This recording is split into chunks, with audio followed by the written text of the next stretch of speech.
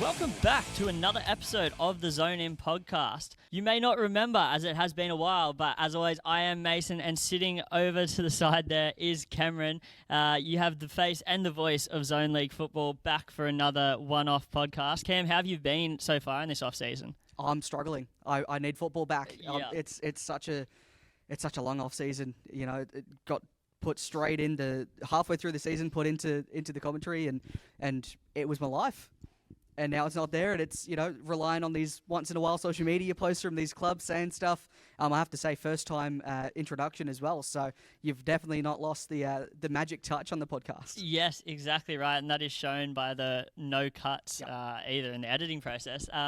But yeah, look, I agree. It feels like it's been a long time since the football finished. From the media side of things, definitely. But the exciting thing is for those involved with clubs, the players and everything, pre-season seems to have started at a lot of clubs. Whether I would say the top clubs, it's probably normal for them coming back this early. But I definitely think this 2025 season has sparked a lot of clubs to be like, okay, Zone Football League is pretty serious now. And if we're not jumping on, we're getting left behind. Yeah, well, I think, you know, obviously the levels that we got sort of shown in even the grand final weekend, the awards night as well, it sort of shows the seriousness now of the competition, which is exciting. It's great to have, you know, the sort of even lower tiers in ZFL3 sort of being rewarded and put on a spotlight and, you know, being on a pedestal and stuff like that with the awards night, with the grand final weekend going so well with the Bar TV broadcasts. It was, you know, a phenomenal time, and I think it probably does excite these clubs, these teams. They really want to start pushing, you know, want to be on the streams more often. They want to, you know, they want to be up there on the awards night collecting all of the awards. Yeah. There was a couple of teams that potentially did that, you know, this year, but I think some might be inspired to do that for the next season. Definitely, and as you've mentioned there, the Zone Football League 2025 Awards Night, the inaugural one, being the first time we've put it on. From my side of things, obviously, I was heavily involved in organising and running the night, but yeah, from the admin side, definitely thought it was an amazing night. It's easy for me to say well put together, but definitely for zero expectations. It, I think, exceeded definitely my expectations, and speaking to a lot of people as well, was the same for them, and they really enjoyed it. You kind of got thrown in the deep end. We did invite you along as a thank you for your commitment of commentating over the season, and as part of your invitation, little fine print at the bottom there was, hey, by the way, you're going to be presenting some of the awards. So was that a first-time thing for you, presenting awards at an awards night like that? Oh yeah, first time 100%. But, you know, first time for everything. It was first time commentating football this season. First time getting up and presenting some awards. You know, I was put to go, hey, you're doing a few awards. It was 4 in particular, and I went, great, I'll do 3, and I'll let the other commentators, I'll let Wilso and CT do the other award. So I took a back seat for that one. But, you know, that was up on stage going, no, please, be my guest. I've just done 3. You can do the last one. It's, you know, very unlike. They put up a fight. They didn't want to do it. I don't know what that was all about. Yeah. Going to throw them under the bus. Yeah. But obviously, once they had a microphone in hand, they couldn't help themselves. Both doing a little speech. From memory, theirs was the media player of the year, which they and yourself decided on awarding to Jake McGuinness from Croatia. Was there any, what was the talk and the reasoning behind that? I know there was a few names thrown out there, if you can remember the other nominees for that one. But yeah, tell us how you came to decide on Jake. I think it was the fact that every time he was on a game that was put on Bar TV, he had to score. Pretty sure he scored a hat-trick in the last regular match of the season as well. So it was kind of hard to look past him. But look, I think there was a lot of players that really stood out to me as a you know, sort of not great football player. I look at it and go, wow, these guys are great. So I could have given it to anyone that I watched through the season. I think CT and also probably have a little more depth and experience in that sense, so it was probably easier for them to go for it. But yeah, you can't look past a player who scores every single time that the cameras put on him. And for an award that's based on, you know, a media thing, that's probably the best way to go about it. Who scores hat tricks every time we put a camera on him, he gets the award. Yeah, exactly. And I think honourable mentions to a couple of well, the ones that come to mind straight away for me would be Luke Muller, that last minute goal against Southern United for Crabs. Also, probably, I think, twice throughout the season when University of Newcastle were on Bar TV. Corey Pickett, the goalkeeper, was getting a bit of a rinsing. But yeah, stuff like that. Yep. I think Nick Forsyth had a crack at him for his height, and there was lots of others as well. Actually, now I'm thinking about it, it was mainly just Uni that got rinsed, because one of the man of the matches as well, who was apparently living in a caravan or something. I remember Gareth saying that he probably needed the Harry Snitzel man of the match. So now I think about it, mainly just Uni. Yeah. Yeah, aside from Luke Muller, it was pretty much, and of course the winner, but Jake, it was pretty much just the Uni, which I will say I wasn't on the commentary for any of those mentions. Yeah. And I was actually pretty disappointed. The game that I did get to for the Uni was, I think, the preliminary final, and Pickett didn't play. So it was pretty disappointing. You know, I'd been going, this guy's been good all season, get to see him play, and then he wasn't there. So that swayed my vote away from him, I suppose, at the end. Yeah. Definitely. And then as we speak about some of the other awards, obviously the more prestigious ones, for Player of the Year throughout all the divisions, we'll start with Zone League 3, Callum Hewitt from Merewether United.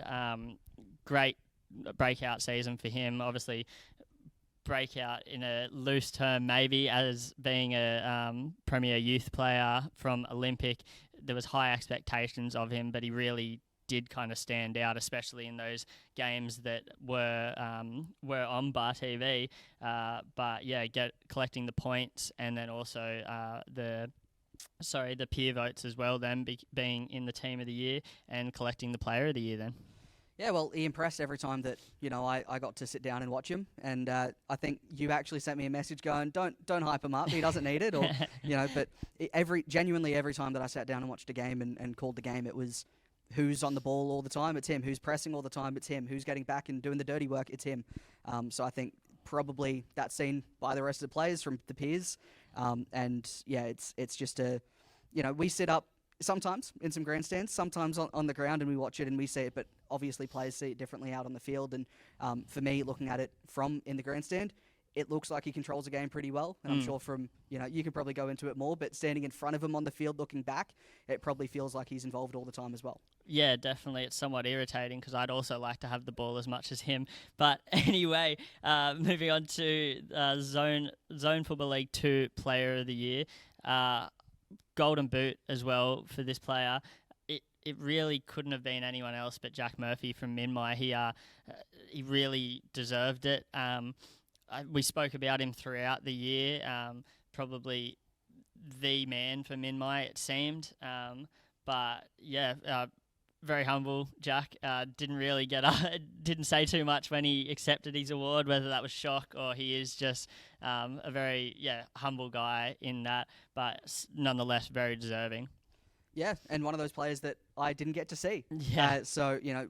Didn't get to really get the chance to form an opinion on him throughout the season. But obviously at the awards night, he, as you said, didn't have too much to say. But speaking with him later in the night, he was very vocal. He was talking a lot, telling me what his hopes were for next season and stuff like that. And it was very nice to actually get that conversation, to get to know the guy that everyone had spoken about, but I hadn't actually seen play. So yet to see him play still, but hopefully after that chat, it'll be a very nice time to get the opportunity. And look, going off of obviously scoring a lot of goals, deserves it.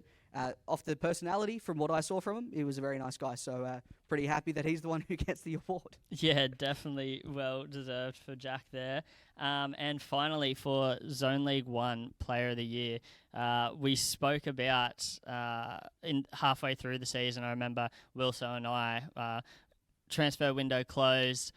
There was 3 big names on the mind for the biggest signings of the year. Obviously, the one that came first in the year was Jacob Pepper for the Suns. Following that was Nicholas Cowburn for Croatia. And then just before deadline day, Daniel McBreen for Crowders Bay. The question was from Wilso and I putting it out there was, yes, these are big names. Yes, they've managed a lot of things in their career.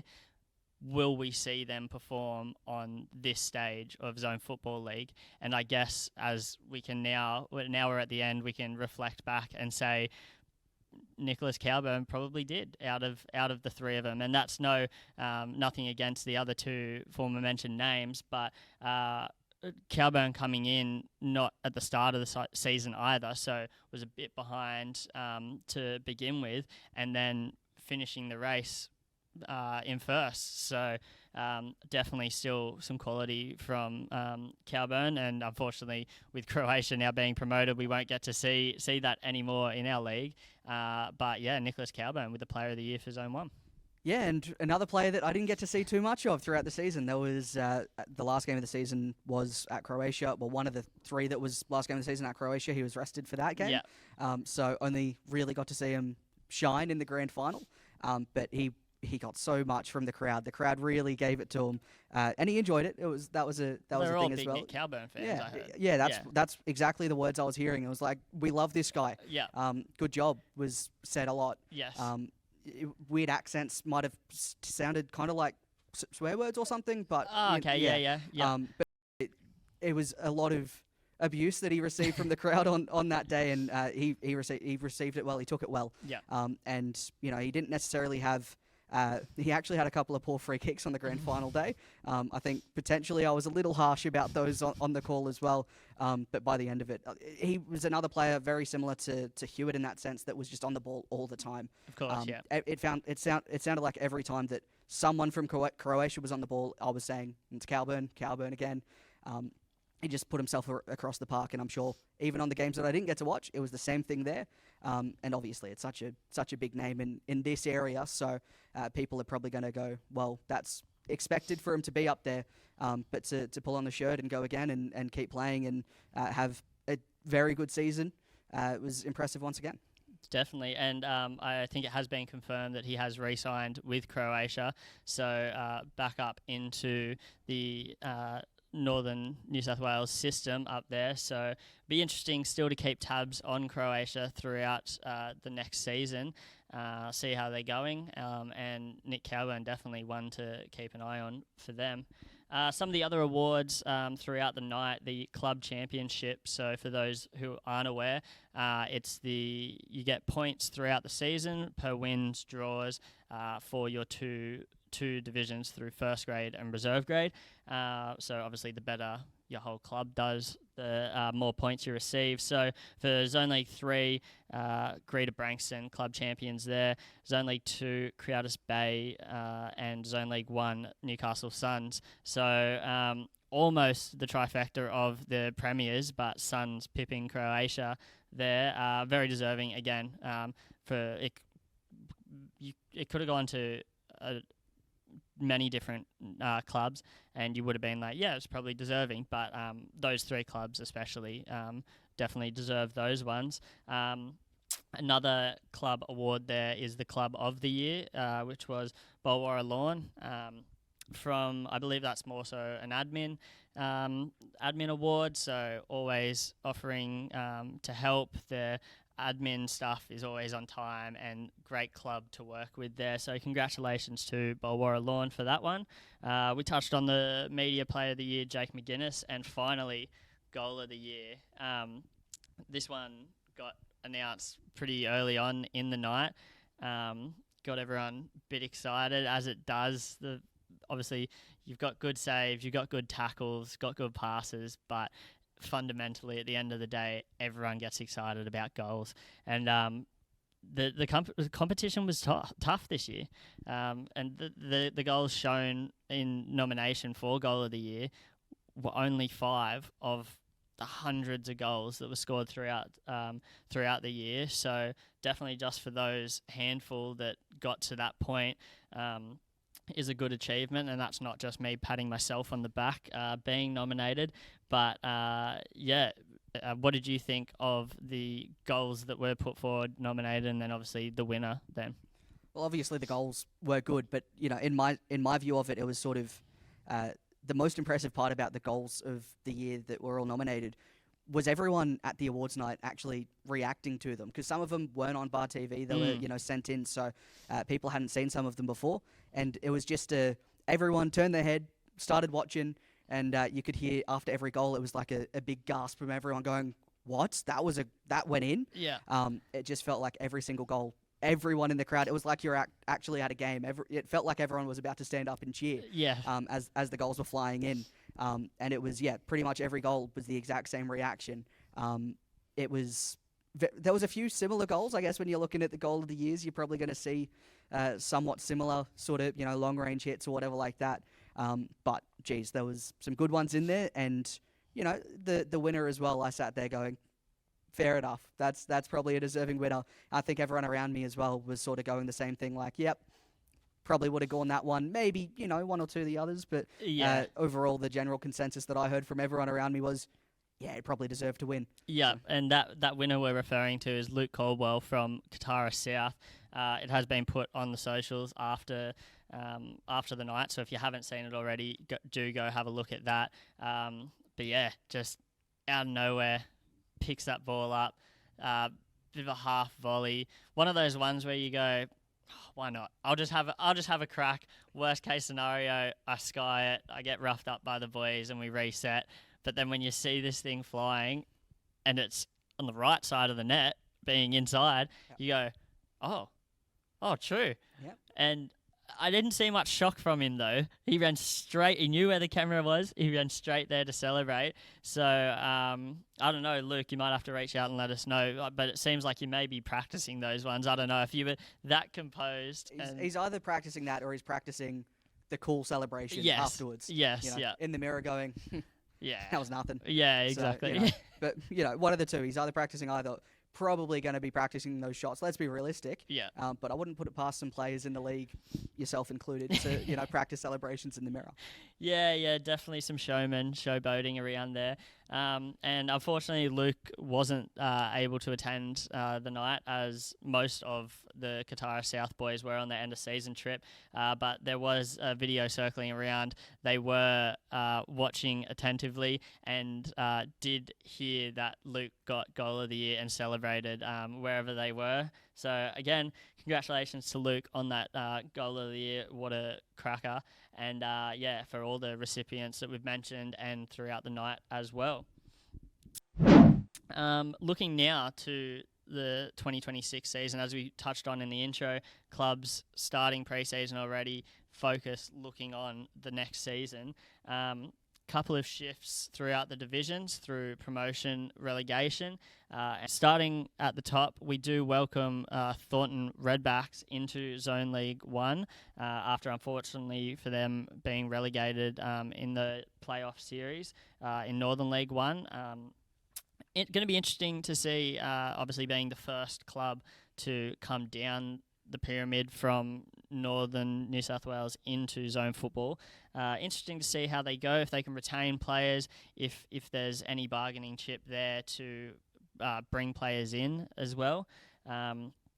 Obviously, our other clubs being relegated from Zone 1 down to Zone 2 would have been Hamilton Azuri, and Mayfield Juniors going from Zone 2 to Zone 3. Again, would have been, but unfortunately for these two clubs, they have decided that it would be better for their clubs to just step away from Zone League, maybe reconsolidate and come back when they're in a stronger position then. But on the positive notes, we have Crowders Bay, Crowders Bay United being promoted into Zone League 1, now being renamed as Northumberland Crabs, which we'll come back to on that. Greater Branxton being promoted from Zone League 3 into Zone League 2, and two new additions to the Zone Football League family coming into Zone League 3. We've welcomed Musselbrook and Maitland Juniors into the competition. Two pretty well-known, well-established clubs in their own areas, and they have put forward quite a strong argument to join the Zone Football League. So definitely going to be interesting to see how they go. Yeah, and I think the main point that comes to mind is the fact that I should be expecting CT and Wilso to be out there for the Musselbrook games. They love to travel, so hopefully we'll see them out there this season. Definitely. But look, it's great to have these. It's good in the first place to have the promotion going up. I'm so excited to see how these teams do going up. Very excited as well with the Redbacks coming down and seeing how that sort of the level difference is. Same as going to keep a close eye on Croatia going up, of course. But just seeing what that level difference is going to be like. It's the same going from ZFL 2 to 1 and 3 to 2. So seeing where they end up, those teams will be very interesting to me. Of course, keep an eye on every team through all of the ladders, but at the same time, there's going to be names that you look for. I think those are probably the ones that you look for this season. Go, how are they coping in those positions, in those leagues? And obviously with the couple of new clubs coming in as well, it's great. It's good to see more teams come in. It's good to see more teams buy into what ZFL's doing, which is lovely to see. And I sort of surprised myself looking on social media again when I saw those announced. I went, oh, that's good. Yeah. So I'm sure there's a lot of people thinking the same. Maybe some people dreading another long away trip at times. I definitely, as being part of that league, kind of went, oh no, another long drive. But hey, that's football, and from our side of things, the competition-wise, it's great to see, obviously, not only competition expand generally, but up through into the valley and different corridors. It's not, it's no longer just suburb-based, like Newcastle region, or that. We are expanding out, which is great to see these other clubs becoming strong enough to be able to join into this division. But as you said, touching on keeping an eye on names of everything like that, and we did touch on Crowders Bay Crabs now becoming Northumberland United Crabs. It doesn't roll off the tongue the same, does it? It's not. It's really not, which is unfortunate. But what was your first reaction when you saw that announcement? There was a little confusion. Seeing a different. It was. I think the post was the logo with the name change, and it was. Hang on a second, that doesn't look right. What's going on here? Yeah. Look, it's good that they've got a home that they're happy with moving into next season. Obviously, there's a place in my heart for just the ease of Crowders Bay Crabs. I think it's going to be another one of those. Well, he's probably going to stumble over a couple of words next season if he's calling those games. So I'm looking forward to it. But no, it was, look, they seemed very happy on their post about it. They seemed very thrilled with the situation they found themselves in and where they are finding themselves location-based now. So as long as the club's happy with it, then I don't, I've just got to learn a new name for the, got to have to remember it. I'm sure there'll be a lot of slip-ups. I'm sure there'll be a lot of the Crowders, hold on, throughout the season, but we'll obviously have to deal with that as it comes on. Yeah, definitely. And just if you're hearing this for the first time, Crowders Bay Crabs were a bit of a gypsy club. They were named without a home, bouncing around, which at no fault of their own found themselves midway through without actual home ground. Newcastle Football and Zone Football League did try to help accommodate them.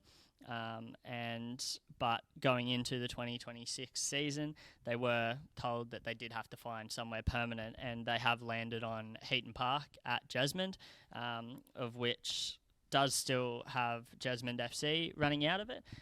Those clubs have agreed to work alongside each other, ground share basically, which is great to see from two clubs working together.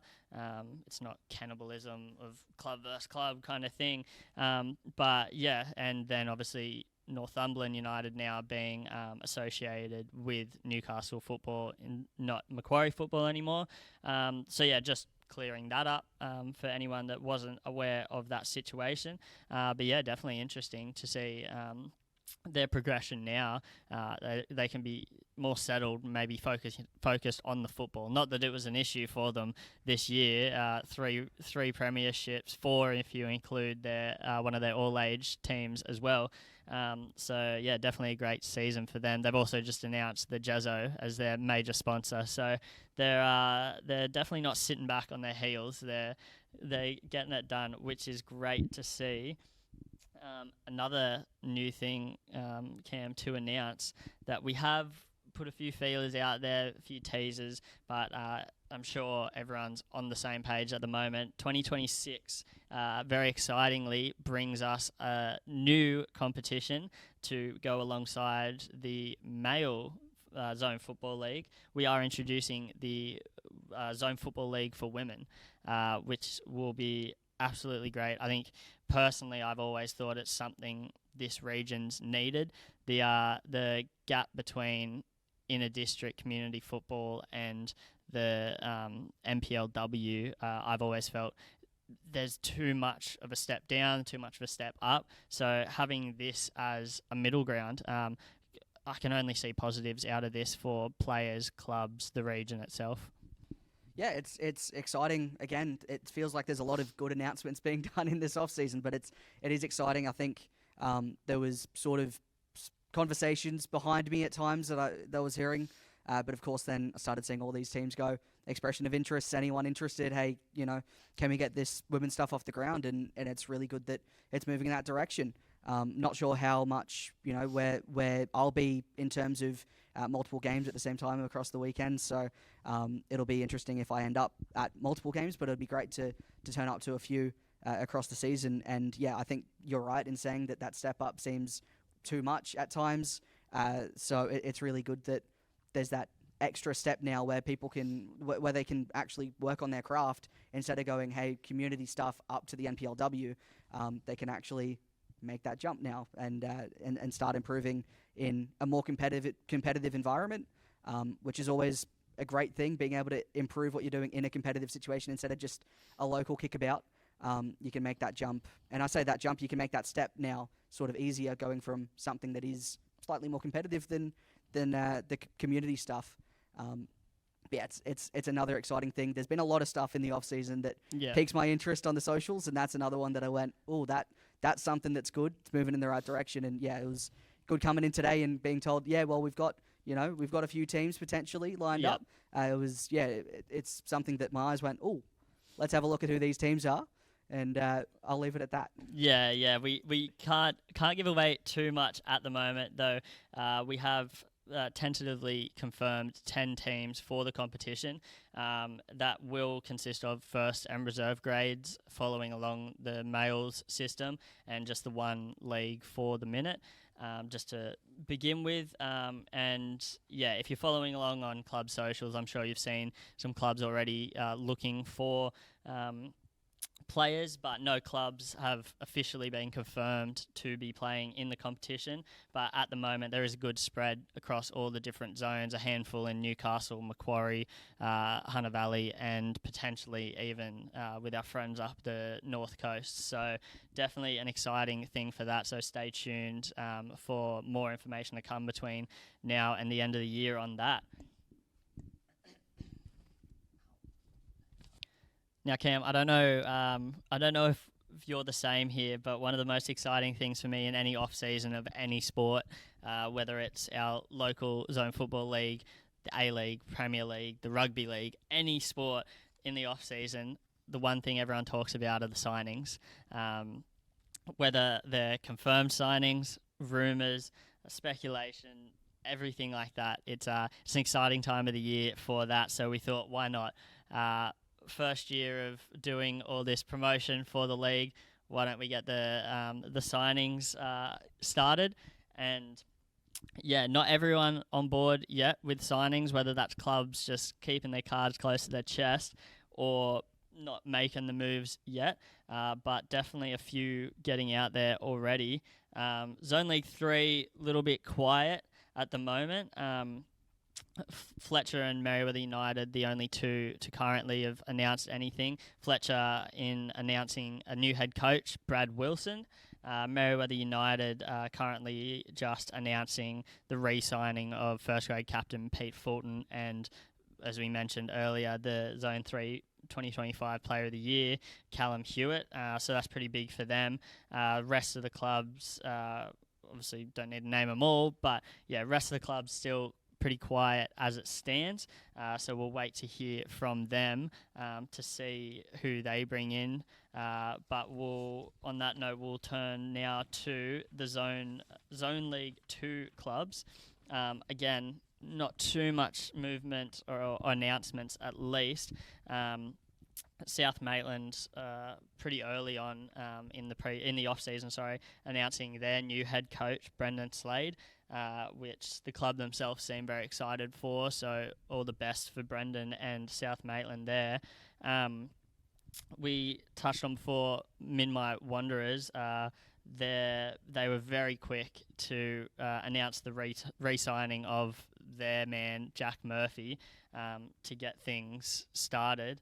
But they have also announced a couple other new signings that they're bringing in. Byron Waddell, he's been involved with Edgeworth and New Lambton MPL in his time, so definitely used to a higher level. For whatever reason, he's coming to Zone League, and Minmi have picked him up.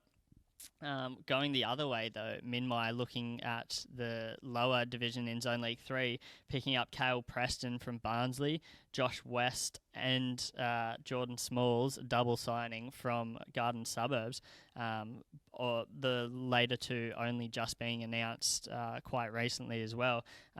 Any thoughts on that? I think, firstly, the re-signing of Jack Murphy's probably just everyone, eyes off, Yeah. No conversations to be had there, he's ours. Yeah. That's probably a bit of a warning sign. But for the others, look, again, didn't really get to see Minmi play last season, so not sure what areas they really need to improve on and where those signings could come in and really be an impact. But if they're bringing in players, I think they're obviously a good chance to really push this season with other teams going out of the competition. They're a team that I was excited to see. I think it was one of the games that were washed out last season, during that period where there was heaps of them happening every week. And I think, obviously can't really say too much on it.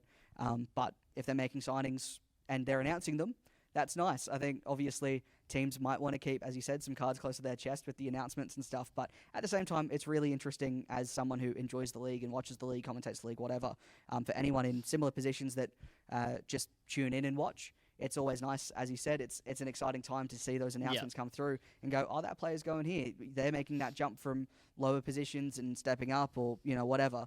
And very similarly to where clubs get promoted, players that sort of go up into a higher league, it's a similar situation where your eye sort of gets drawn to them. You see how they cope.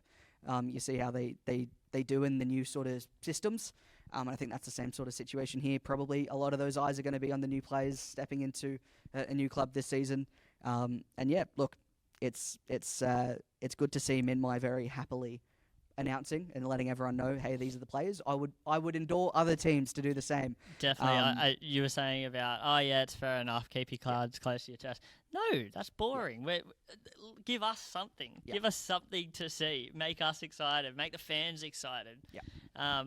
But yeah, definitely, and they're only some of the signings Minmi have made. They've made others as well. But if we went through every signing the clubs have made so far, a lot of clubs just re-signing players, we'd be here all night. So for any other signings from any of these clubs that we speak about tonight, go have a look on their social medias, give them a follow, give them a like, all of that stuff. But we now swiftly move on to Zone League 1 signings. Little more content coming out of here, whether that's just the bigger clubs being able to have bigger pool or more of a competition up in that top league of the who's who in signings. So this is just in alphabetical order. Cardiff City re-signing one of their big names, Alex Reid. I'm sure the club would be really happy to lock him in. That his experience and his quality definitely great for the club, I'm sure. Maybe by his standards, maybe by his reputation, not the shining season that he may have wanted to have, but still quite a solid season, I thought, for him. Another re-signing for them, Nick Pepper. Reading their announcement, the club themselves seemed very happy to have Pepper back. Big name and big presence around their squad, so I hear. But some of the new people they are bringing in, Jaden DeMeyer, from Maitland NPL, so higher league, the highest in Newcastle you can get. Josh Knight and Mitch Maxton from West Wallsend in Northern League One as well, another double signing there. So Cardiff really putting their foot on the throttle early here. Yeah, and obviously making those signings from higher up rather than other teams looking downwards the ladder. They're looking up further and bringing those players in, and it shows probably that they didn't have the season they were really after last year. It shows that they're willing to make these signings to make some important, crucial signings that could sort of step them up again and really contest next season. The only game that I got to see of them was a loss against Swansea of all teams after their relatively poor season, and it was sort of nothing really worked for them on the day. It was tough conditions, but nothing really worked for them on the day, and I'd imagine that was sort of how it felt for the rest of the season. So to bring in some big names from above them in terms of leagues is probably not a bad thing, and it's exciting again. Once again, it's those names that come in and you go, well, going to have to look at how they're doing in particular rather than any of the other names that have been around. There's obviously some big names in the club, and through the other clubs we'll mention as well, there's some big names that have been re-signed. Yeah. But there's also these players coming from upper leagues. You go, well, there's got to be a reason why they're getting pen to paper here. Yeah, you're stepping into our competition. You've got to perform. If you don't perform, people are going to be critical of it. So it's exciting in the sense that, hey, we probably have a good chance to see the talent pool sort of get better. But at the same time, I'm sure there'll be a lot of critics that are ready to sort of go, hang on, you're not performing like you should if things don't go well. Yeah, definitely. And speaking of a talent pool here, next on the list, we've got Newcastle Olympic. Triple signing from, controversially, their own club, but not their own club. 3 signings from Olympic NPL side: Kyle Thakos, Reese Cooper, and Luke Rutledge. Obviously, staying within the club or the culture, at least for them, would be great for them. It's not really starting again. I haven't myself moved around to too many clubs in my career, but it's like starting a new school, starting a new job, joining a new team. I think you switch. It's harder to switch on from the beginning when you do that. So maybe coming down, like it's almost a sideways. It's not up, down, leaving, coming, whatever. It's almost just a sideways switch. I'm sure these boys have had a lot to do with some of the zone league boys anyway, whether they're just mates outside of football, occasionally kick a ball together or something like that. So the transition, I can imagine, is pretty seamless here. But not to discredit, though, the quality.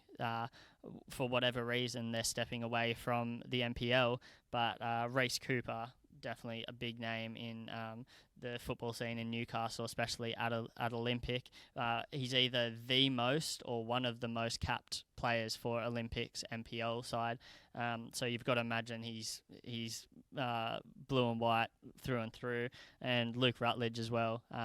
I've seen a couple of times, played against him as well, not in NPL, I've never been there, but in summer competitions and stuff. Definitely a bit of a quality player there, so Olympic could be very happy with those signings.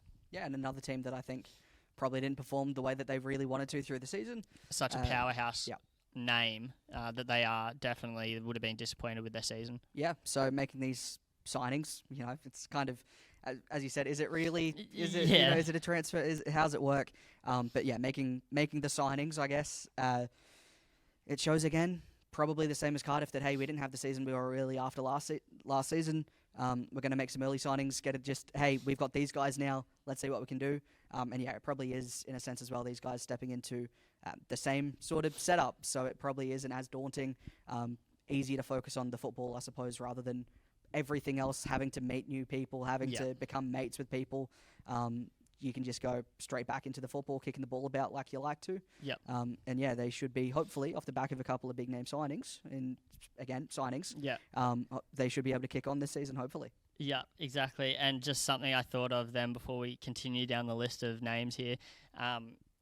It's something to think about. You think, oh, they're bringing in all these players. It's almost just as important of who the clubs are bringing back, or more so, who they lose, which club never normally in this level of football normally announces, oh, it's sad to see so and so leave. So that's maybe what we don't get to see as fans or as outside people of who these clubs are losing as well as bringing in. So definitely something to look for come the pre-season kind of thing, January, February there.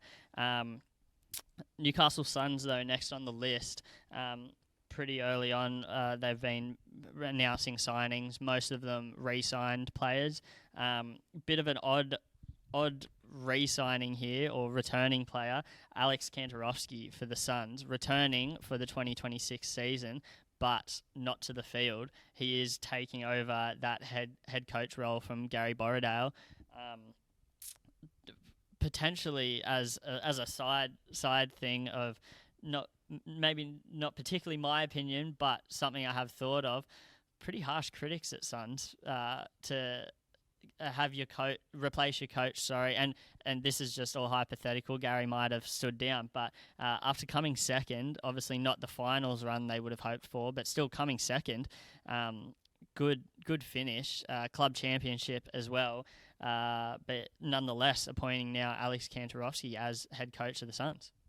Yeah, and sort of, again, they're probably a team that didn't have up to their expectations last year. So potentially you go, harsh critic, that it's probably a difficult situation to step up into that role. Not that I've met Alex, but I'm sure he's a vocal person in the changing room, probably one of those that really, get into the boys when they're not having a great performance or whatever. So potentially, already seen in that leadership sort of position for the club, potentially makes that transition a little bit easier. Already obviously a part of the club as well, so knows everyone above him. Might make that move again easier. But it is a tough situation to find yourself in.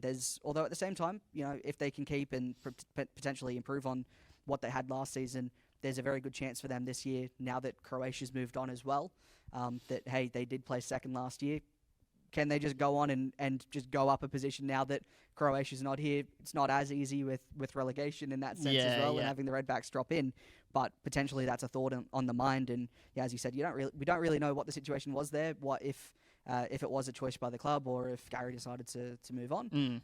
But it's still, again, a very tough situation to find yourself in, stepping into that role of a club that has high expectations. But again, excited to see how they do. Excited to see how Alex in particular does. And I'm not particularly sure on what Alex's coaching experience has been. I think this 2025 season was his third at the Suns as a player, previously playing in the NPL, Northern League, higher levels. So his footballing mind's definitely there. Kantorowski, the name itself, also household name in Newcastle. But definitely interesting to see how he goes there. And two other signings they've made, whether the club or off the back of Alex becoming head coach's decision. Liam Michaels, I'll say, from South Cardiff. Believe he's a goalkeeper. So South Cardiff being in Northern League 1. Again, picking from higher divisions, always great decisions from clubs, and you'd have to think great pull from clubs getting them from higher levels. But an interesting one here, Anthony Konjarski signing for the Suns from Croatia. His brother at the Suns is already, so maybe that's an easier decision. Throughout the season this year, talking to some Croatia boys, some Suns boys, I think they are all mates off the field, so probably not, if you know how the inter works, it's probably not a crazy thing, but such rivals throughout the season. Maybe whether Croatia didn't have Anthony in their plans now in Northern League 1, or he himself just decided that his passion for football stays in Zone League. But either way, a good signing for them. Such a strong player. Yeah, it is a great signing for them. It was another player that I seem to be saying a lot, in particular in the final series. It came up a lot, the name Konjarski, and excited again to see that swap, as you said, might not be as big of a sort of deal as potentially would expect it to be. But again, it's a similar story in terms of stepping into a new club. It's kind of a, first day at school, but people around, I'm sure, make it easier for him to step into that. But again, it's great to see. Maybe if he wanted to step up and Croatia weren't so sure on it, then it's disappointing for him to not make that step up to League One. But at the same time, for the league, it's great. One of the players that I really enjoyed over the last week of the league and through the finals as well, that I really enjoyed calling. It was a pleasure to watch. So I'm very glad that they stick in the league, and hopefully we'll get to see him a few times throughout the league this year. But yeah, it's such a good name to hear stay. Yeah. Despite if maybe it's disappointing for him, don't know. Yeah. But I'm just glad that selfishly, the league it's good for us. It's good for us. Yeah, 100%. Yeah, definitely. The new Northumberland United, quiet as of the moment. Probably their biggest signing is their name and their venue. University of Newcastle, first off the bat, re-signing Nicholas Forsyth. Maybe along the same lines as we said, Minmay signing Jack Murphy, more of a stay away, he's ours, we've locked him in signing. Corey Pickett has re-signed as well, so hopefully you will get to see him next year calling those games.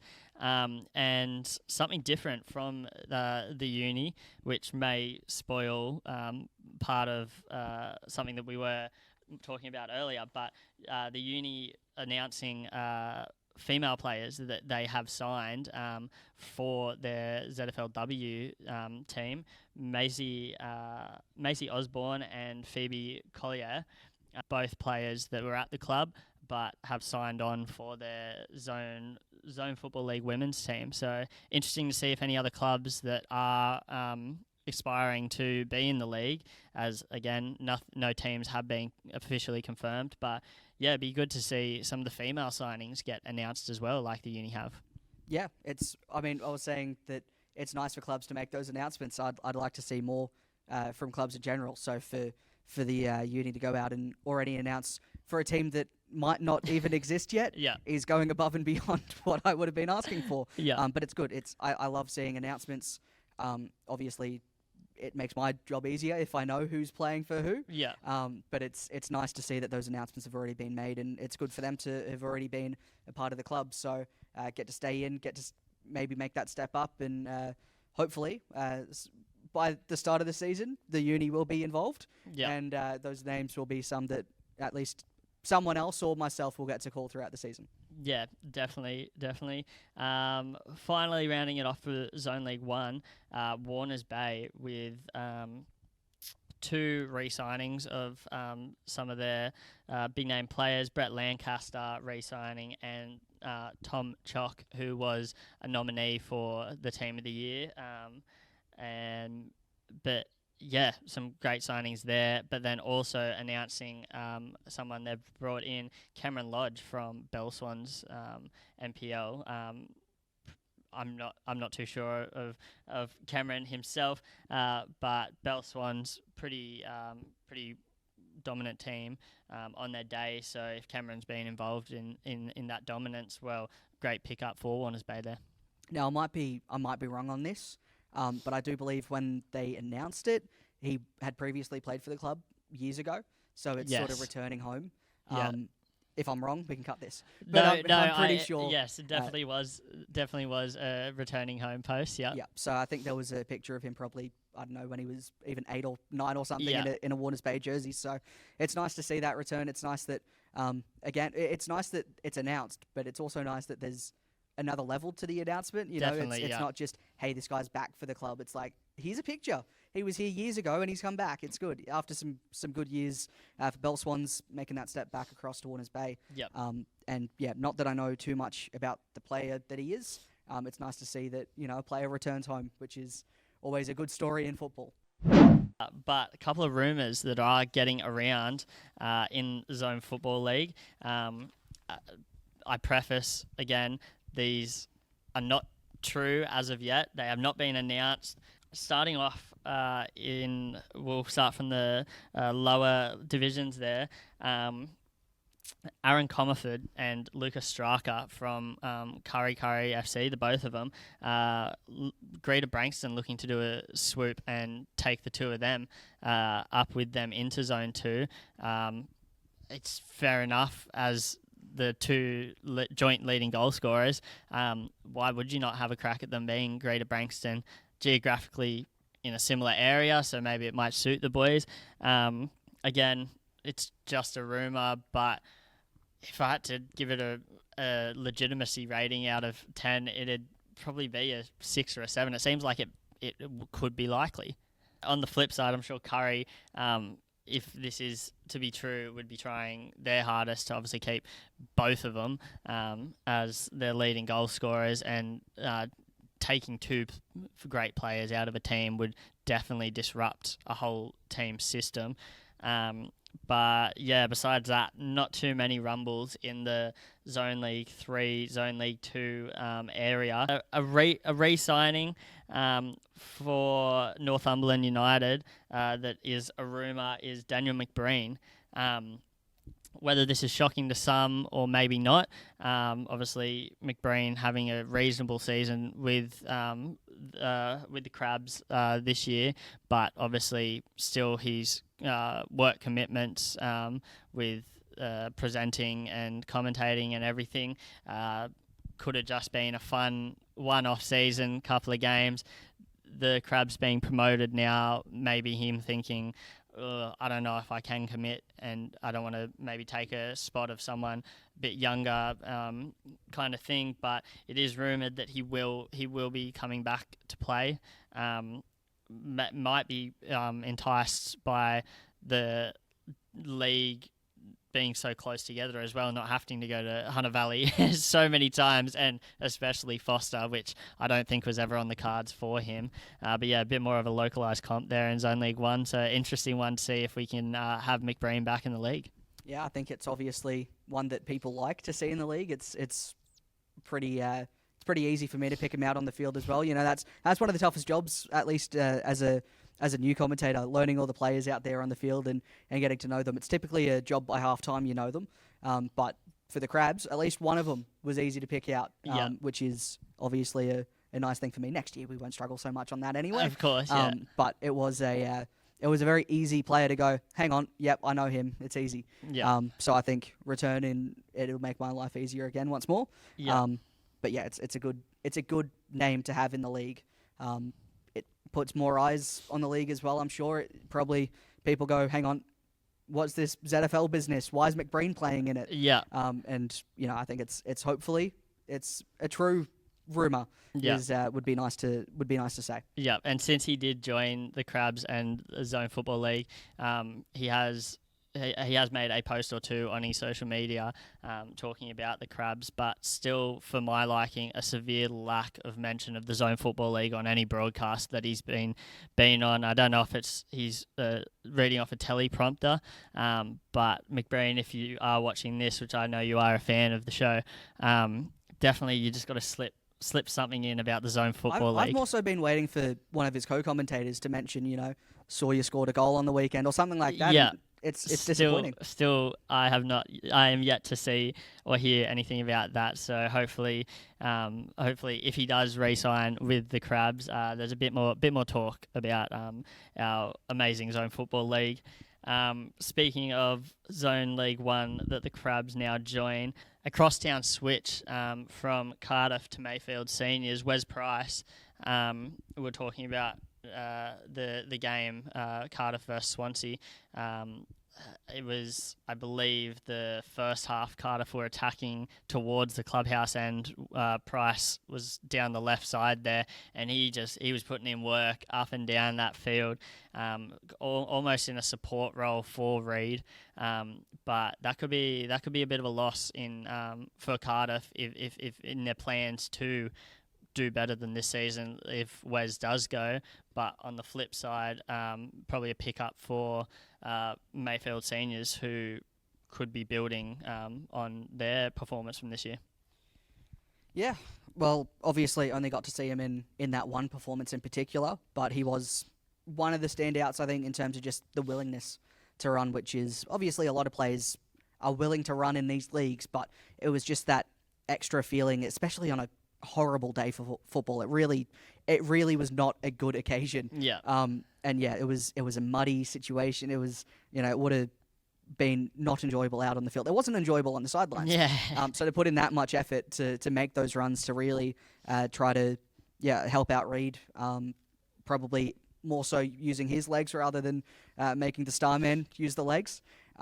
It would be really a decent pickup for any team across the league. So if it's true, and if Mayfield seniors do grab that, then it'll be, again, an exciting sort of signing to see, and potentially could be a key signing if it's made for Mayfield this season.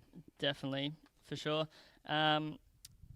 Going then to the grand final runner-ups. Bit of a mixed bunch here. Rumour has that obviously during this season, Qatar signed Jack Reed-Jones from Olympic NPL. Rumour is another Olympic NPL, Nathan Toby.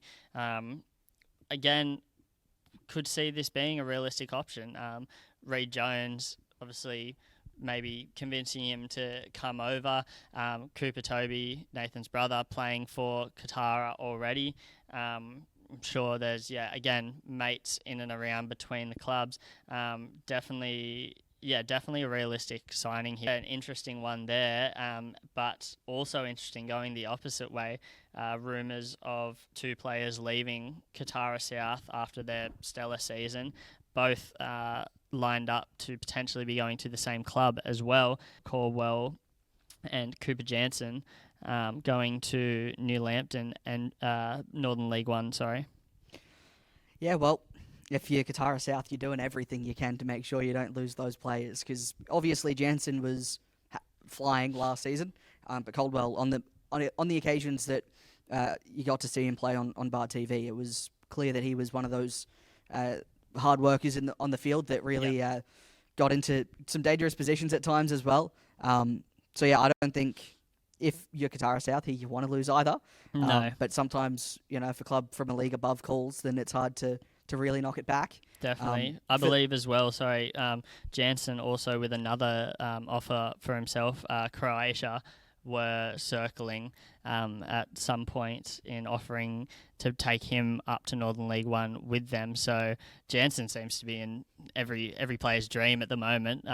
Potential of two clubs, or three if you include Qatar South trying to keep him, bidding for his registration.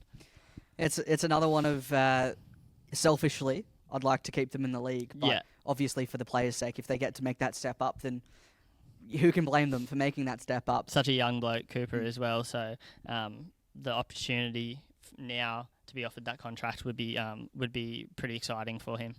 And to finally wrap it out, we probably saved the biggest three, again, rumours, till last. A name we did mention earlier, Kantarovski, although this time Ben Kantarovski, former Jets player, looking to go to Newcastle Suns.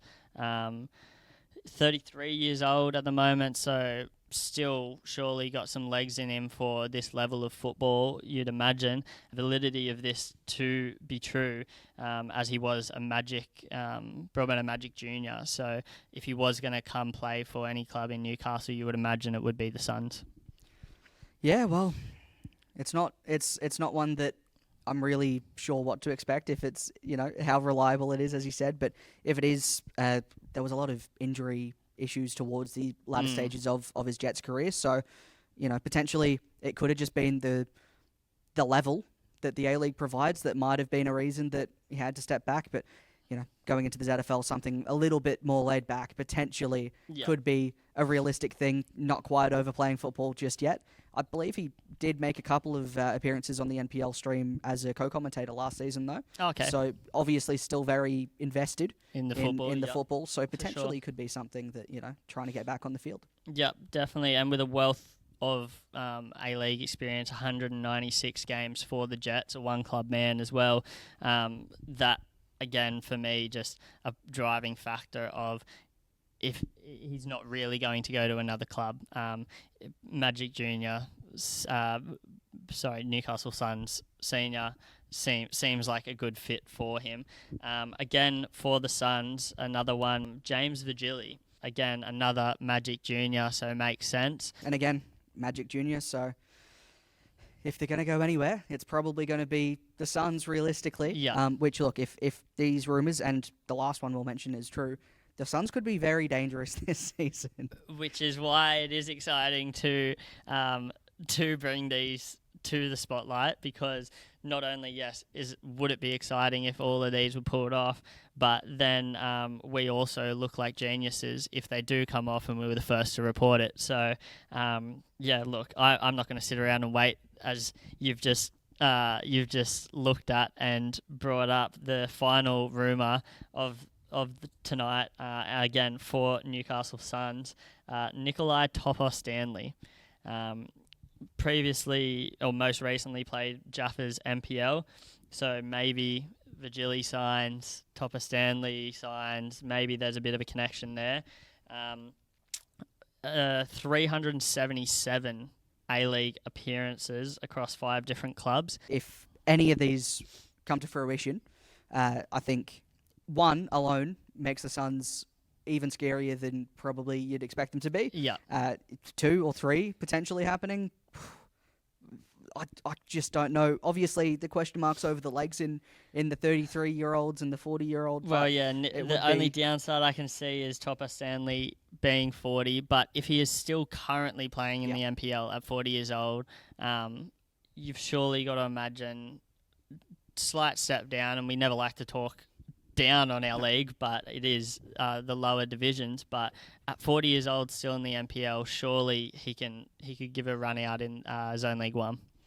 Yeah, we'll have to wait and see if these rumours are anything more than rumours, I suppose. But it's exciting to think about for now until it's either shut down or it just doesn't happen by the start of the season, which it could mean it's a really long off season in waiting for these potential things to happen.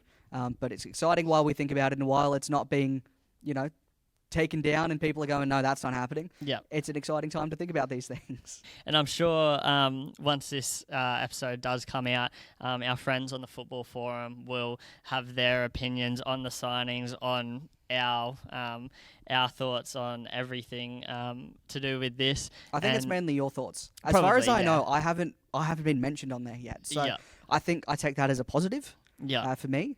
I'm sure you're mentioned on there pretty much every day. I think there's been a few mentions on me. I don't know. I don't really look too often, but yeah. No. Would bruise that ego. No, I don't think anything could. But yeah, that's us. Maybe and hopefully this sparks clubs, players, and everyone involved to keep punching out these rumours, the confirmed signings and everything, and it might bring us back to do another episode. Yeah. Another off-season conversation would be nice, but it's obviously dependent on these clubs. If they make announcements, if they don't make announcements, we'll probably have a kick-off for the season and just say, look, you remember that last podcast? Those are all we know. There might be a couple of extras. Let's get into the season. Exactly right. So, if not before the end of the year, we'll definitely be back in the pre-season for podcasts. Obviously, on a roll now, we've got a bit of a groove. So, you'll definitely be hearing from us pre-season, not just start of the season. I've heard as well clubs already locking in trial games for January, February, Australia Cup obviously kicking off early March as well. So it'll be good to have a look at all of that. I'm sure there will always be stuff for us to talk about. So while there is, we may as well do it because someone's got to. So I could sit here for hours and just talk. I know It is that way sometimes. Look, we've got lots of ideas, lots of fresh things coming in the new season. So yeah, definitely, again, stay tuned and keep an eye out for all of that. I think that's it from us for tonight. Cam, it's been good to see you again. As we said, it's been a while, but we definitely need to keep this going. So hopefully not too long again for the next one. Yeah, it's nice to talk about football once again. It's really a sad time of the year when nothing's going on. Yep. So it's good to be able to talk about the ZFL once more. 100%. All right, we will see you in the next episode, whether that be soon or later. But until then, goodbye.